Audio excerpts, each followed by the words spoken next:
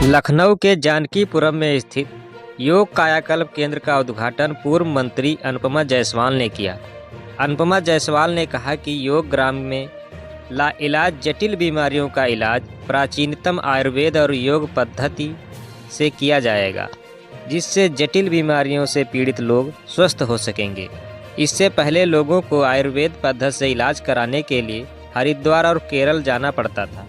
इस अवसर पर योग कायाकल्प योग ग्राम की ट्रस्टी सोनलबेन मोदी, विराज मोदी, एसके सिंह, राघवेंद्र गुप्ता, विजय जायसवाल, आनंद स्वरूप, उद्योग व्यापार मंडल के राष्ट्रीय अध्यक्ष संदीप बंसल, प्रमुख समाजसेवी एवं वरिष्ठ पत्रकार मोहित जायसवाल आदि गणमान्य लोग मौजूद रहे।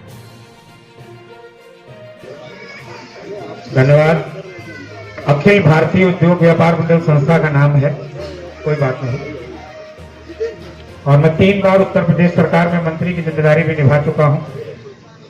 आज उपस्थित अपने बीच में हमारी अतिथि परम आदरणीय श्रीमती सोनल मोदी जी, उनका बहुत बहुत स्वागत मैं चाहूंगा। जोरदार करतल ध्वनि से हम लोग उनका स्वागत अभिनंदन वंदन कर दें। वो आज अपने हरिराम जायसवाल जी के द्वारा कायाकल्प केंद्र में ये शुभ उद्घाटन के अवसर पर यहाँ पर पधारी हुई हैं। हम लोग उनका बहुत स्वागत करते हैं। उपस्थित सभी बंधुओं का स्वागत करते हुए आदरणीय रिपन कंसल जी प्रदेश अध्यक्ष हैं, अखिल भारतीय उद्योग व्यापार मंडल के उत्तर प्रदेश लोहा व्यापार मंडल के भी प्रदेश के संयोजक हैं।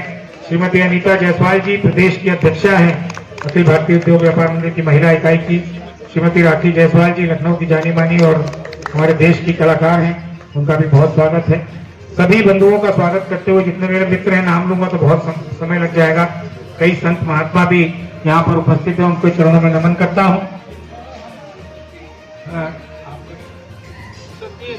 सत्येन जी जो कह रहे थे उससे मैं पूरे तरीके से अपने आप को जोड़ लेता हूँ।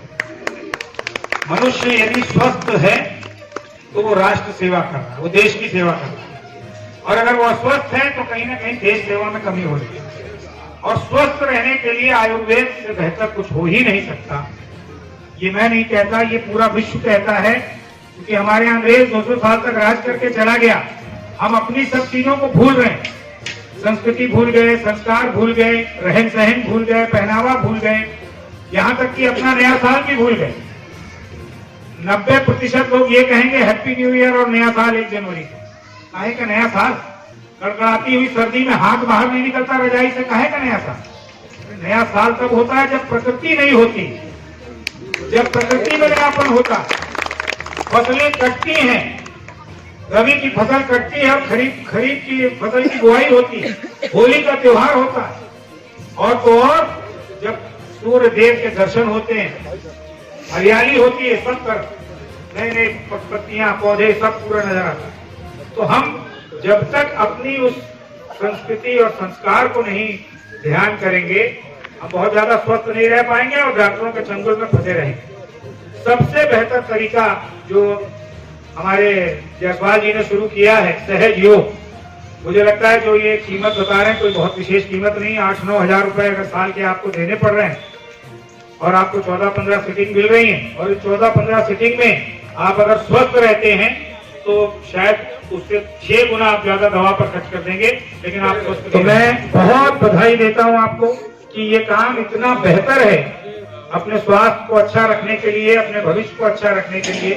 और इसके साथ कीजिए कि हर घर, मैं आप सबसे भी निवेदन करता हूँ, हम लोग अभी 31 दिसंबर को हैप्पी न्यू ईयर कर रहे थे, 25 दिसंबर से शुरू करके और 31 दिसंबर तक।